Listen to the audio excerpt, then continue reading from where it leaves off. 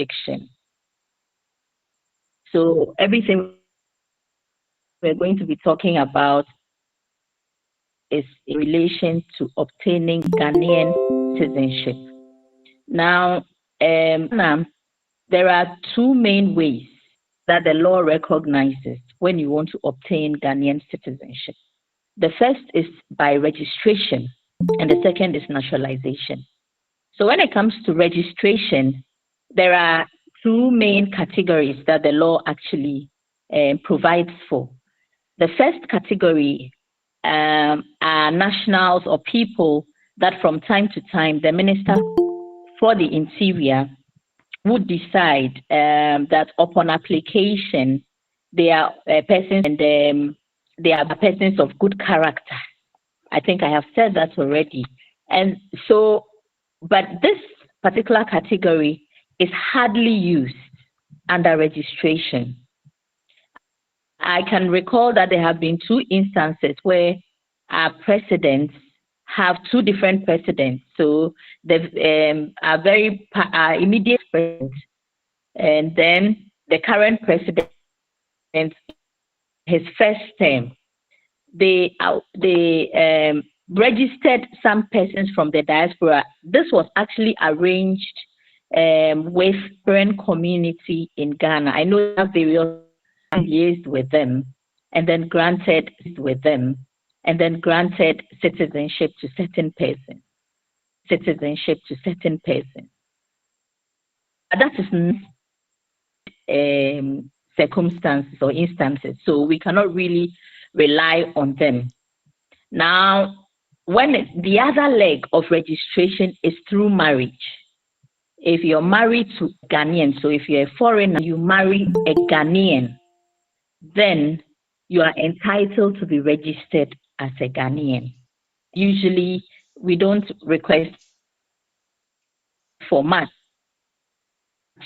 The only requirement would be the proof of marriage, which you would have to present your marriage certificate, and also your source of livelihood would be interested in knowing that as well if you want to be permanently, become a Ghanaian citizen.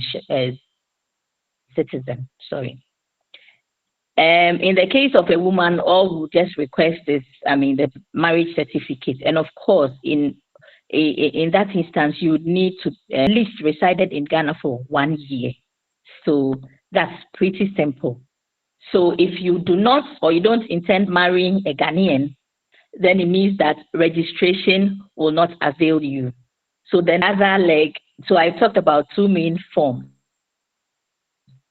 So then registration, we are done. Now we are coming to naturalization, which is what majority, all other persons plan. They use the naturalization because many people are married to Ghanaians. Let me see.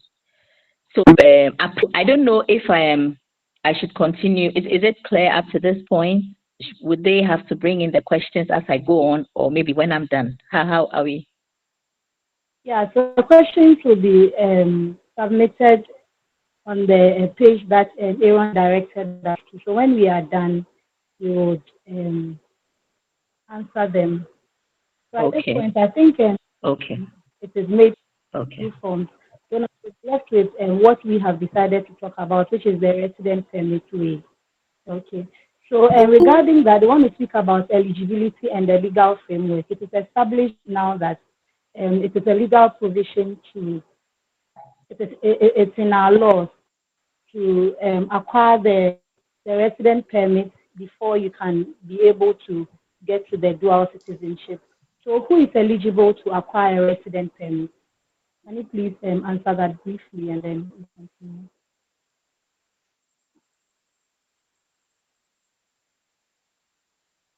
Okay, so for naturalization, then from there, because then you obtaining a residence permit is one of the requirements into the residence permit proper. Is that okay?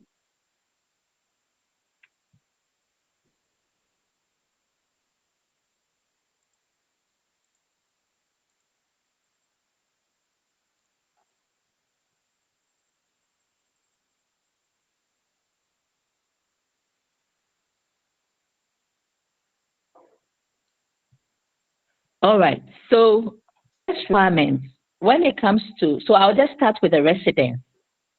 If you to qualify to naturalization, you'd have to first of all you want to apply for citizenship through naturalization in 2025. So that's the first check. If you pass that check, we move on to 2023. From 2023, counting 7 years backwards, if we calculate your residence in Ghana, the number of years that you have, will you get 5 years in aggregate? Then able to pass that, then it means that you have passed the residence test. So this is why residence permits is very important in applying for naturalization, be it whether it's naturalization or registration. You should have been resident in the country for a certain. When it comes to the marriage, usually we just look at a period of a year, 1 year at least. Ghanaians would have to attest to your character. And usually we call them sponsors. Caution for sponsors on the application form that the sponsors would actually complete and write a letter. And it's not just any person at all or just any Ghanaian. The law prescribes that they ought to be senior public officers or lawyers, doctors, or persons who belong to professional bodies like accountants. These are the kind of people who can actually sponsor or attest to your good character. The next is that your criminal record,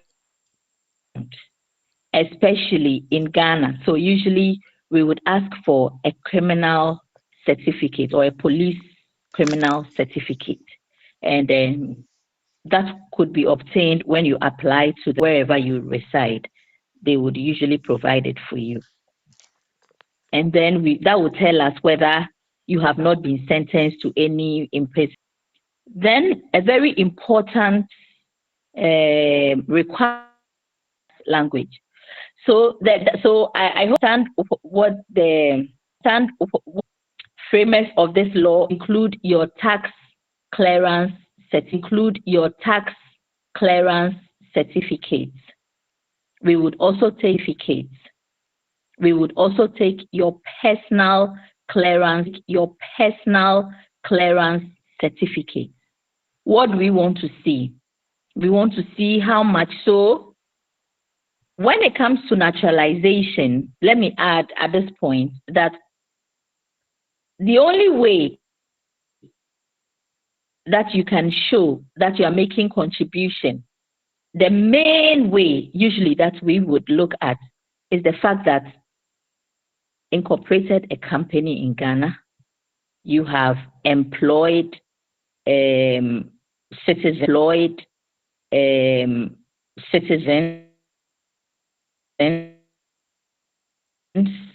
you are paying for their social security, you are paying your corporate taxes, and you as an individual and your employees are all paying their personal taxes.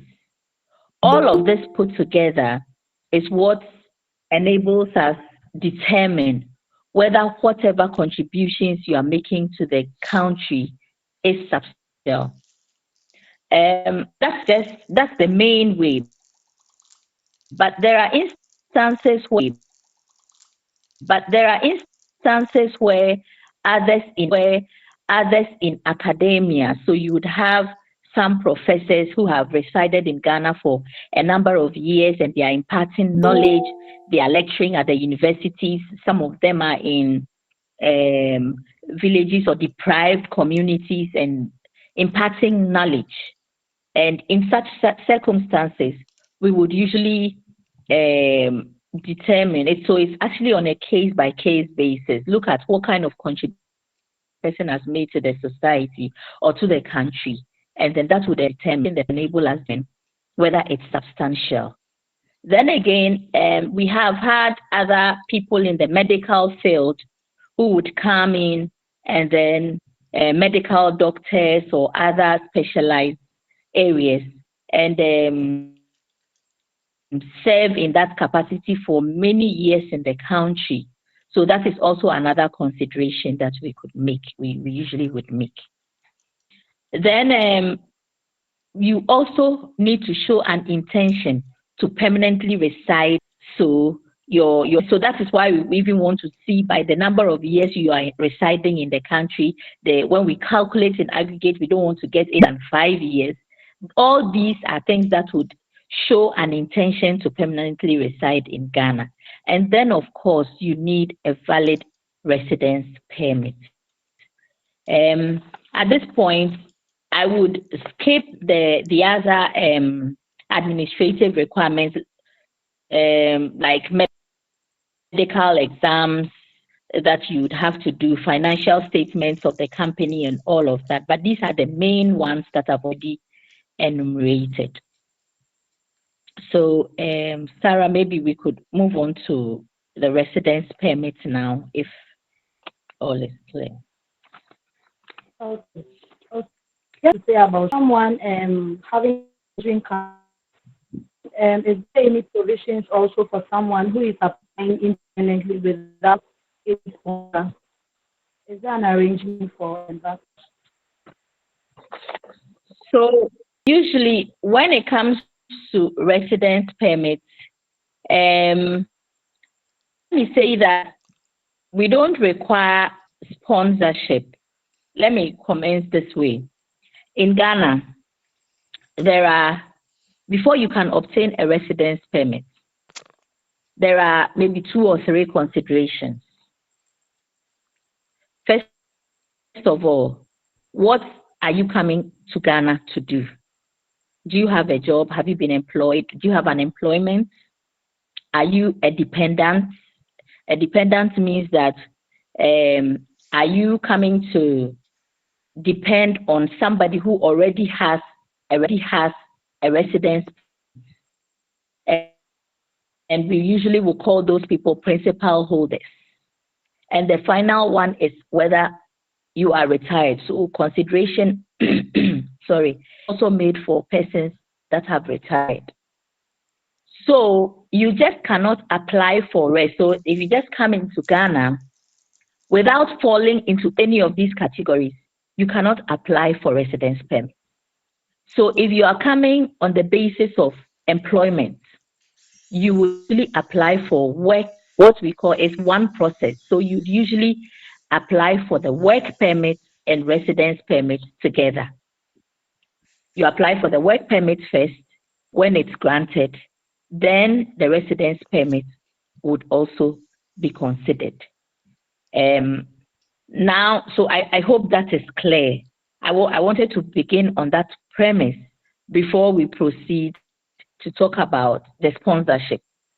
Now, the sponsorship, the company that you're coming to work for is the one going to apply for you. So usually it's the company's responsibility to bring in the application and all the other supporting documentation that are required. And the employer would then bring in the application, pay the required fees, and then if everything is okay, you would be granted the residence permit.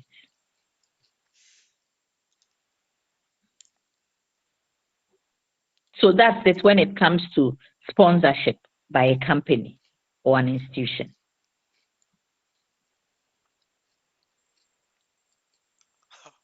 Okay, so moving to our next question. On our fees and processing procedures, how much fees are we looking at when applying a resident permit or when you are registering for one? What is the financial arrangement for that? So I shared, yes, I've shared the fees with you. I want you to share it with our brothers and sisters, because there are various categories of residence permits and there are various categories of nationalities as well. So if we want to go through the fees, I'm sure it would take us a very long time. So you can share the fees with them. It has all the penalties and everything, and the work permit, residence permit when it comes to ECOWAS nationals or other nationals and all of that. It's quite a long list. So maybe they could look at it later. It's self-explanatory. Okay, so when we speak about the processing period, what is the usual processing period, and is there any form of expedited and processes as well?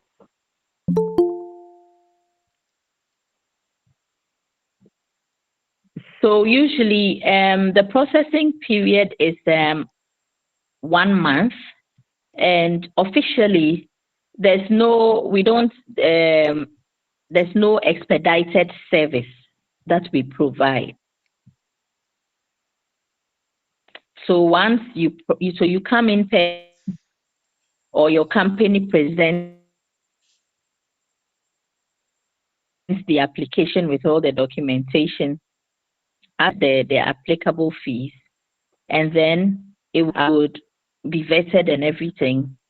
And usually it could be less, but usually it takes a period of 1 month. So it could be done within a week to 4 weeks. Okay. Okay.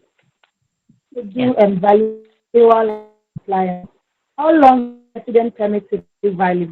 And then what's the renewal?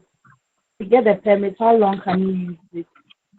And then what's the procedure if you want to renew the permit?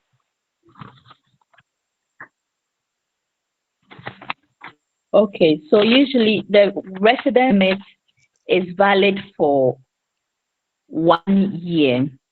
You could actually get up to 4 years at the first instance. And then subsequently, you could be granted residence permits up to 8 years. So it depends on the applicant and the company, and how many years the company wants to apply on behalf of the applicant. So assuming a permit holder has maybe issue with their employment or their permit expires before renewal, what are the steps that they should take? Maybe their employment circumstance changes or their permit if you expires. change, so for instance, if you are changing your employment, no, so permit expires, it's the same process. Your company or your employer would apply for you, attaching all the necessary documentation for the renewal, and then you pay the applicable fees. But where you are changing a company, so there are circumstances where for consequences for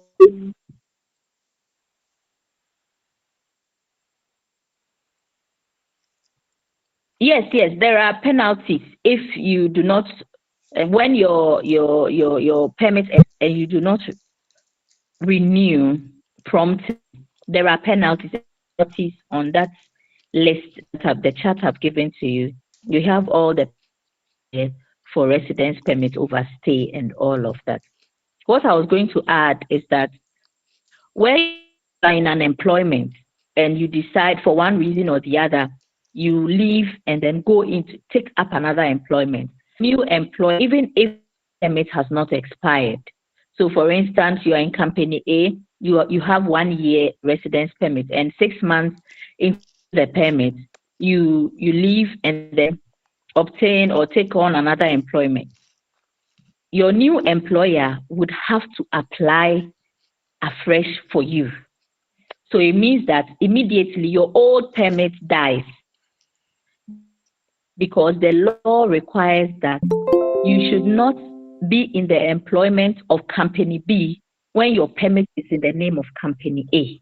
So as soon as you leave company A, move to company B to take on a new employment, then that company A permit expires And then your company B would now have to apply for a fresh work residence permit for you. If you are found in company B working when your company your permit is actually in the name of company A, there are penalties for both the employer and the employee. Okay. Thank you very much. Next, we want to talk about the medical requirements. Is it mandatory to undergo a medical examination? Yes, it's mandatory. And for now, we have a clinic within the premises of the Ghana Immigration Service. And that is where every applicant is required to undertake the medical exam. Yeah. Okay. Okay. So next on our list, I want to speak about long dependent permit. Help you reside in the country permanently without the requirement of coming periodically to renew your permit. So that's the difference. But the requirements are basically the same. The period of determination is also 8 years, just like the citizenship. It's actually the same. So otherwise, I would have to go through everything I went through with the citizenship, but it's just the same. The only difference is that the period of determination, usually the permanent residence is faster because, of course, you're not going to be a citizen. But when it comes to citizenship, there are so many other processes. After you have submitted your application, we do a lot of background work and investigation prior to the grant. So that's the difference. Okay, so let me use this opportunity to also ask about right of abode. What is the difference between that and then the indefinite residence? Yes, so right of abode is actually, it has two categories. The first category has to do with Ghanaians who have lost their Ghanaian citizenship and want to come and reside in Ghana. They can apply for right of abode. And this usually happens in countries. So maybe they went to a country that does not recognize dual citizenship and they had to renounce their Ghanaian citizenship. So once they do that and they still want to hold on to that foreign citizenship, when they come to Ghana, they want to reside in Ghana, they can apply. So it's also a long-term permit, just like the indefinite residence. However, this is available to Ghanaians who have lost their citizenship, their Ghanaian citizenship. The other category is for people from the diaspora who also want to reside permanently in Ghana. So those are the two. So it's also a permanent residence actually, but it's not citizenship. So you cannot enjoy the rights of a citizen. Yes. So I want to speak about practical and common challenges. So from your experience, what are the common mistakes or options that lead to or rejections of resident permit application?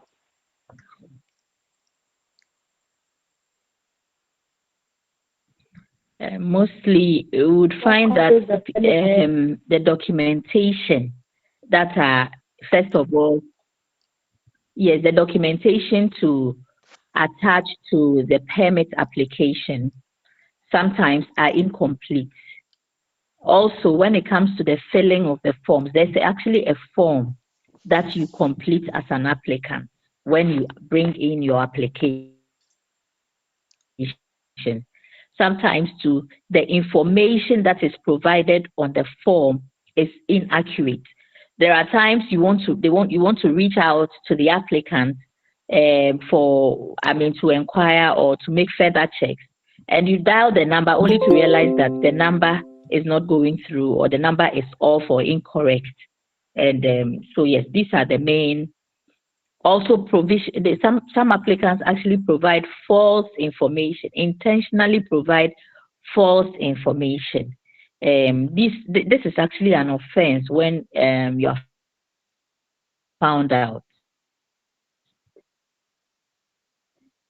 So these are actually the common mistakes that some applicants make in applying for the work residence permit.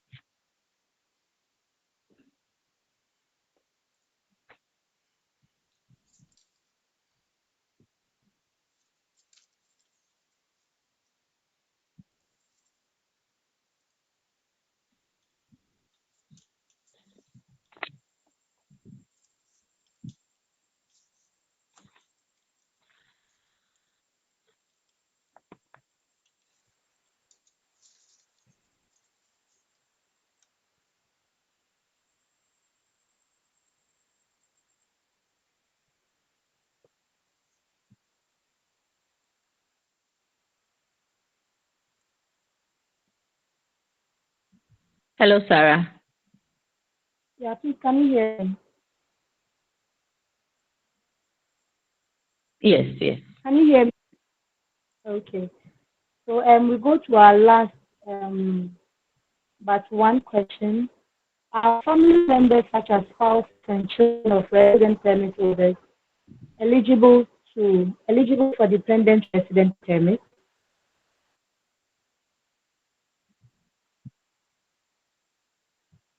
Yes, so we call it dependent residence permit.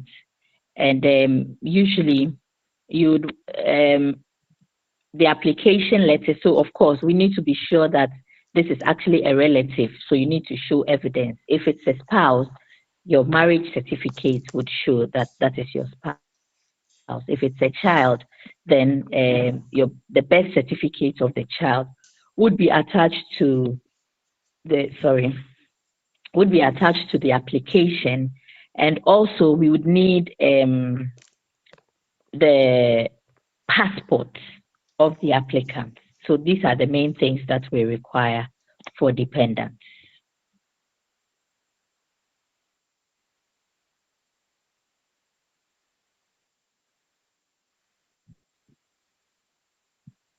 Okay.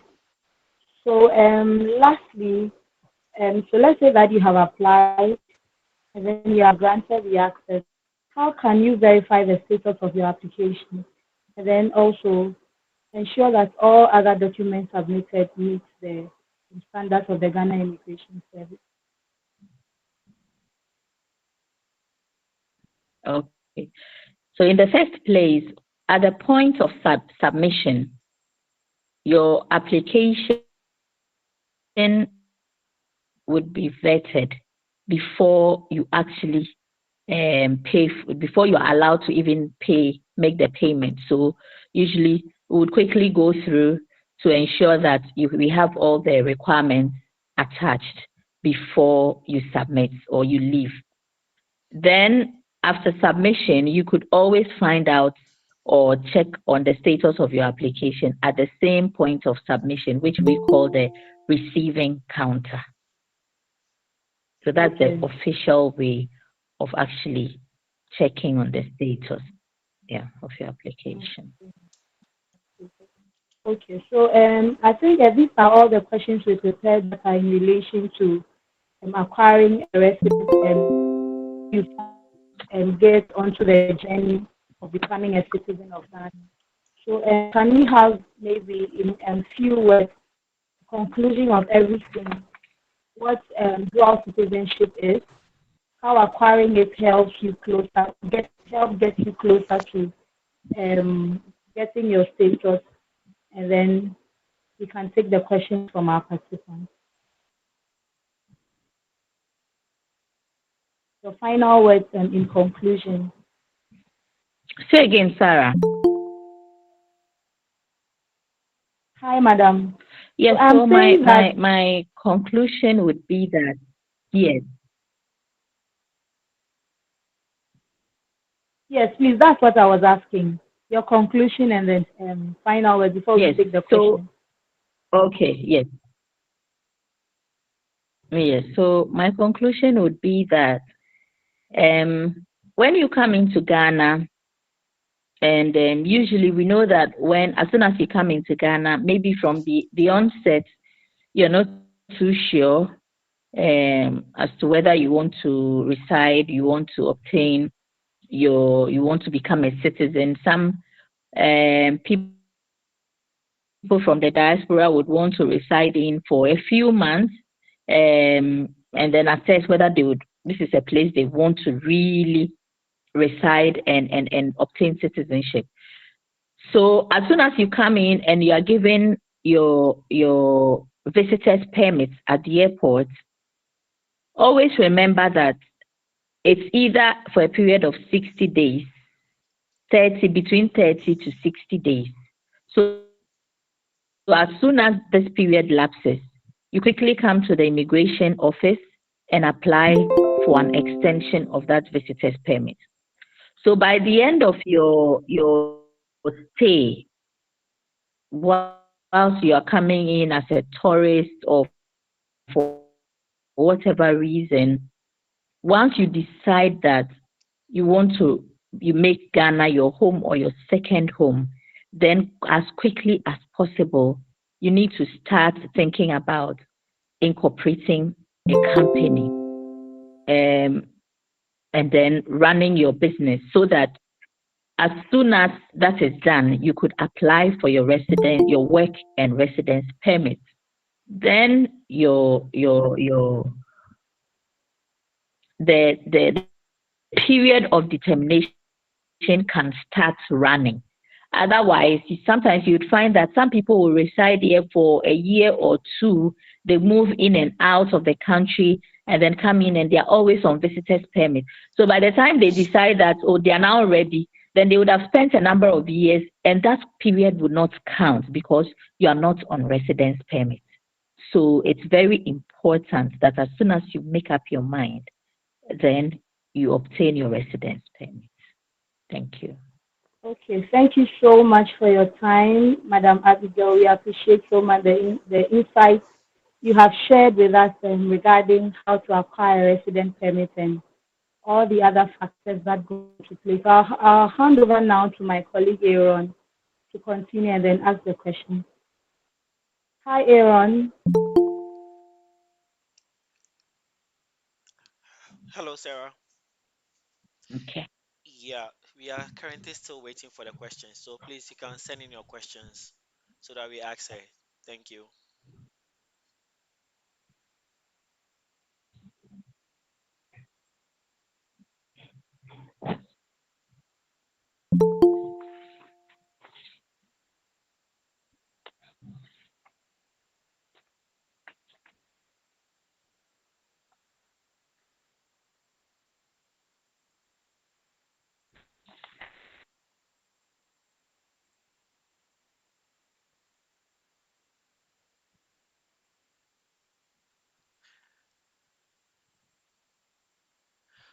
Okay, please, there's a question. Someone is asking, is the Ghana card considered a good step in the resident process?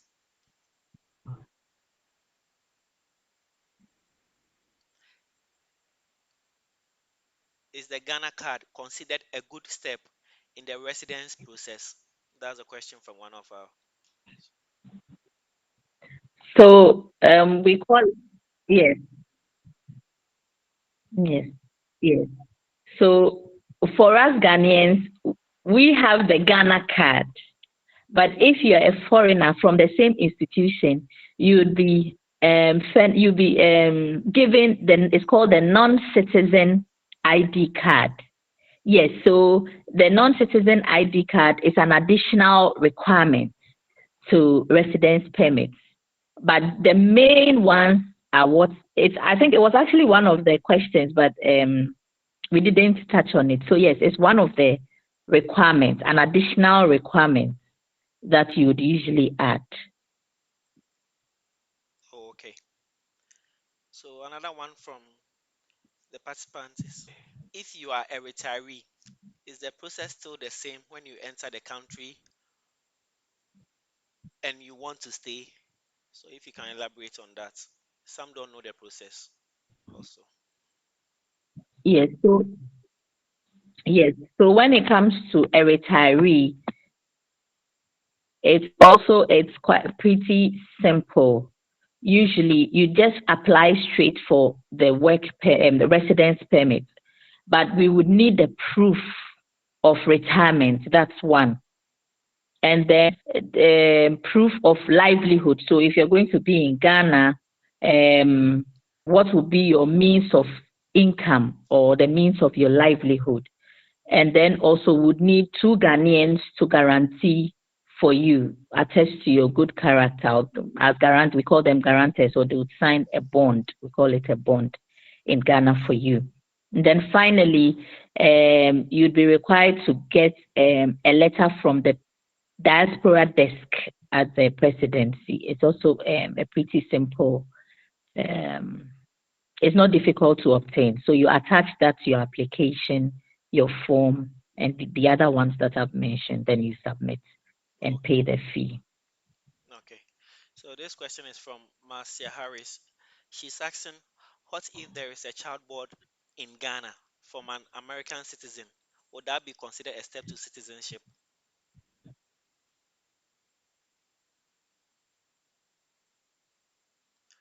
The question again, what if there is a child born in Ghana from an American citizen? For the child, is it citizenship for the child Yes. or the No, parent? for the parents.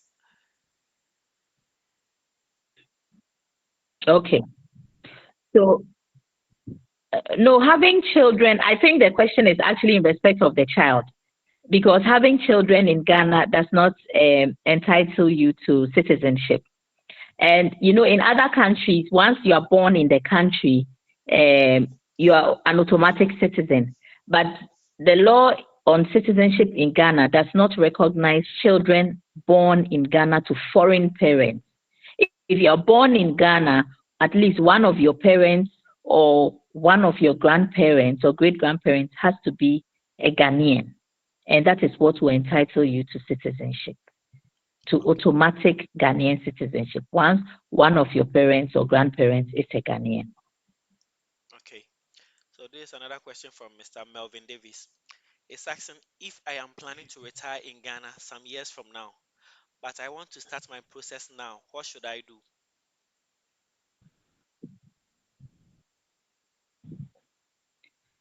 So you can't really, if you are coming into Ghana and you're not a retiree, then you won't fall under, you would have to go through the work permit process that I have already enumerated. So you don't have, you can visit Ghana as a tourist, come in and then leave, but you can't really commence the process when you are not retired. Okay. There's a question from Lanisha Neil. She's asking, can you get a resident permit without having a job in Ghana?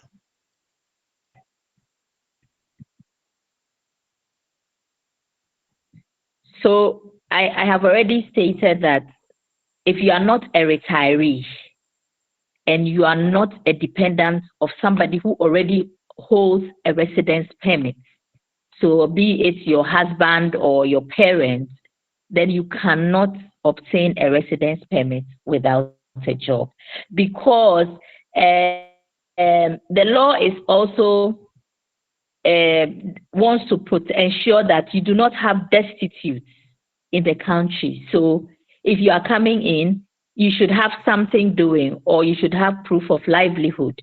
If you're not coming to work, then how are you going to fend for yourself in Ghana? Okay.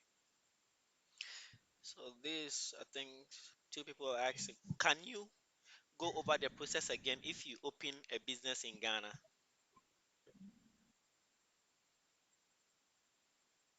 Question is. Okay. So when you incorporate a business in Ghana, then you want to apply for a work permit. The company, so usually in Ghana, when you incorporate, you have directors. So maybe you have incorporated your company, you have you are one of the directors. The law requires at least two directors. So then your secretary, because you would also need a secretary, the secretary could apply or the director could apply on the company letterhead for you as an employee, stating because you definitely have to be an employee of the company. So once you incorporate the company, then you are probably one of the directors. The letter would introduce you as a director of the company, and so the company is applying for residence permit or a work and residence permit. So the first letter would come in as the work permit, and then we have the residence permit form that you would also complete and attach to the application, adding your passport. Aside the application letter and the company registration documents that you have provided, we would also need a tax clearance certificate. When you incorporate the company from the beginning, definitely you will not have made any sales or gotten any revenue. So you would be wondering what we need a tax, and then it means that you will not be liable to tax. However, we would still want the company to be registered with our revenue authority. And the revenue authority would issue a certificate and indicate that you are not liable, the company is not liable to tax. And this would be attached to the application and adding your passport and all of the other. Yes, so I think these are the main things that you need to apply for the work permit. Okay. You would also need to do a medical, like I had already mentioned, the medical exams. You need to attach a police clearance certificate. And for the first instance, usually we require a police certificate from your country of origin. That is where we require, but subsequently, you could bring in a police clearance certificate from Ghana. Okay. All right. So another question from I hope Anthony this Witherspoon. is Yeah. clear. So he's saying he's been a resident permit. He's been on resident permit since March of 2022, and also registered his store company in 2023 with a Ghanaian partner, and have lived in and leased property every year. I spend about 7 months a year in Ghana and 5 months every year in US. When do you recommend I should apply for naturalization?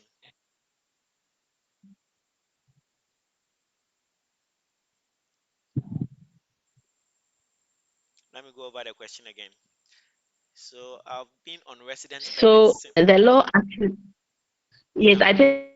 think I got it. Yeah.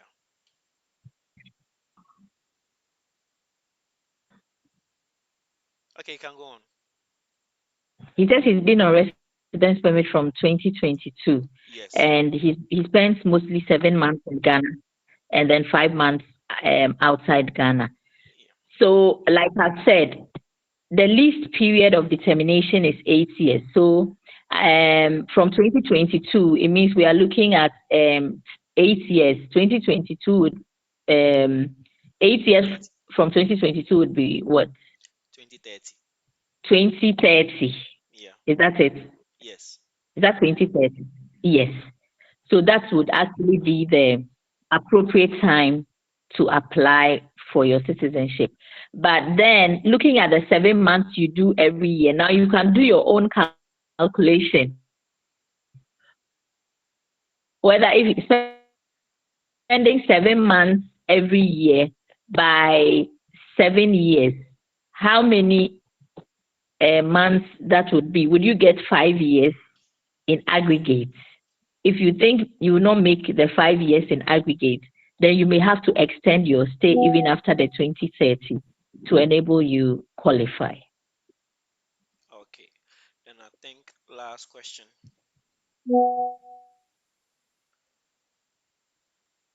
Come in.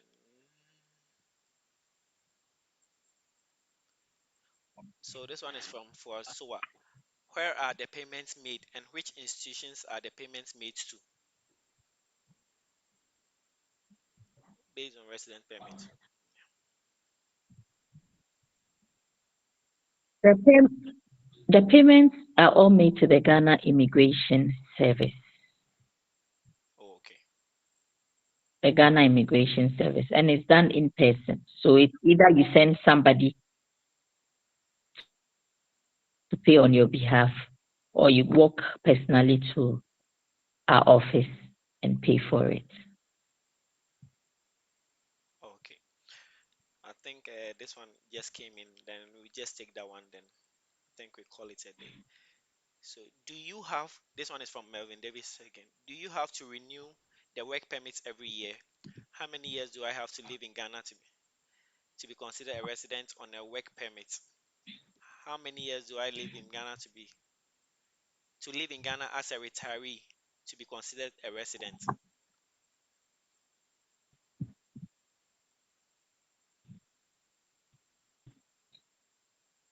So these are two questions. Yeah. If as I said initially, you can apply in the first instance. If you even want 4 years work permit, you can apply for that 4 years, and then you would be granted. When the 4 year elapses, then you can apply for up to 8 years at the renewal stage. So it depends on the individual. Some companies or applicants would usually apply every year. Others would decide to apply for 2 or 3 years at the first instance. So it depends on the applicant really. Oh, okay. But you can't go more than 4 years at the first instance. And the other leg of the question was on retirees, how long he needs to reside in Ghana to be able to apply for the permit, the residence permit. Is that it? Yes. Yes. So as soon as you come in as a retiree, once you have all the what I've mentioned, your proof of retirement and your means of livelihood, you can apply. We really don't have a period, a time limit within which you can apply. You can apply as soon as you come in and you feel you want the permit. Oh, okay. I said last question, but this one will simply be the last question. Is there any incentive to obtaining dual citizenship if you have a non-profit organization in Ghana, have foreign card but resident abroad? That's the question.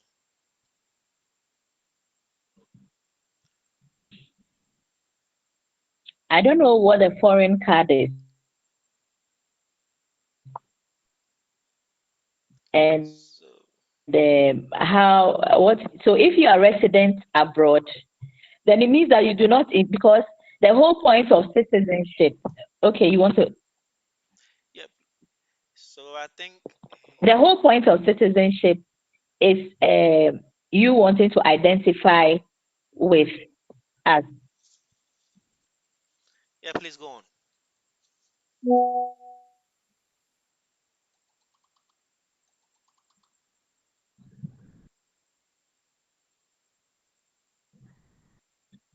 Okay, so you cannot be outside and then apply for Ghanaian citizenship. That will not work. If you have a not-for-profit organization in Ghana, yes, that would be then the the impact that this organization is making would be assessed, and yes, that could inure to your benefits when it comes to when you're applying for citizenship. Oh, okay. All right. So thank you so much for this incredible insight. And So also, usually, yeah, in addition to the company, sometimes would even ask for corporate. yeah, please, you can continue. Yes, so sometimes would even ask for even companies that have been incorporated and are doing their businesses would usually ask for corporate social responsibility. We want to see what the company is doing aside just making profit. So yes, if you're not for profit and your impact can be quantified, there's evidence to show the work you are doing and the impact you are making in the country, it could inure to your benefit. Okay. So this one is like a personal. It seems a lot of people are want me to ask this question too concerning if someone has a criminal record from the US, because some are saying some have been there has been injustice on mostly black American men. So is there a process for them, or does a criminal record deny you of getting a resident permit? So that's the question.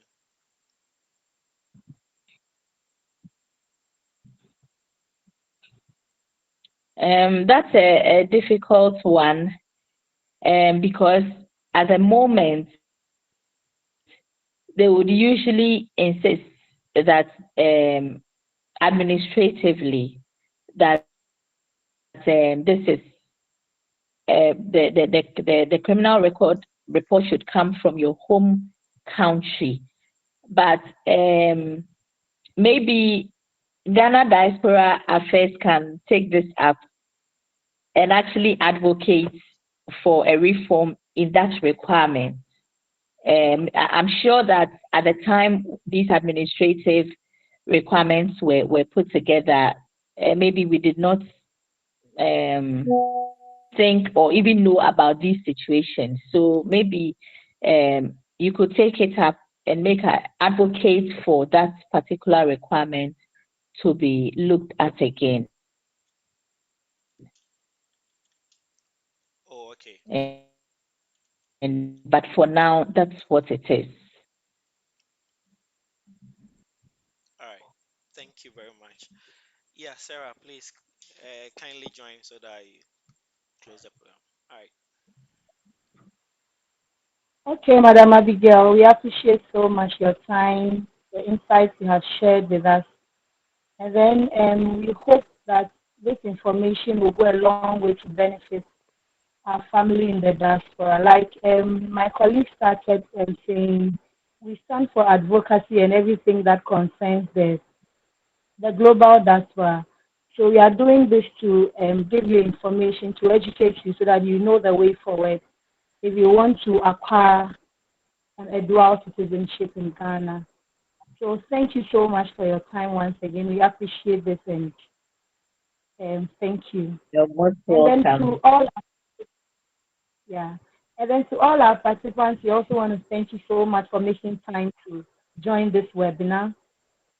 We called on you based on the various advertisements and the promotions we made, and indeed you have made time to join us this evening. We appreciate your time, and then we know that it's been very useful to you, and you take the information with you and then act upon it promptly so that you would get your status granted.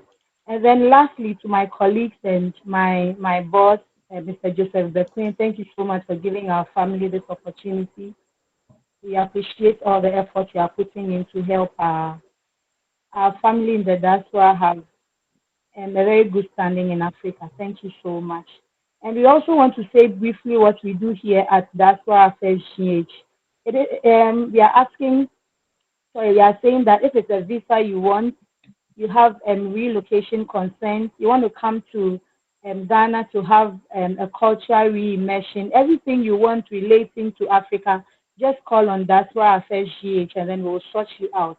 We had a comment on our Facebook page about our family in the diaspora being cheated on and then being extorted and all that. We don't want that one to happen. So we have positioned ourselves as your vendor here in Ghana and in Africa. So if it's the concern is about getting unemployment, buying a property, wanting to relocate, everything you want to do, just call on Diaspora Affairs GH and then we'll attend to you. So that's about it. Finally, we want to thank you again for your time. We would make sure that we upload the video on our YouTube status and all our platforms so that all those who registered and are not able to join will have the opportunity to and get the information on their fingertips. So that's all from me. Aaron, do you have anything to say or we'll call it a day? Yeah, so if I may come in, also finally, the Diaspora Affairs yes, as a non-governmental organization, we do also rely on you. Your donations will help us to bring more of this program and insights. We know that we couldn't ask most of your questions because of the time frame. So the donations will help us bring such more programs and also help in your advocacy. So thank you very much for joining. You all have a great day. Thank you. Bye. Bye, everyone. Bye.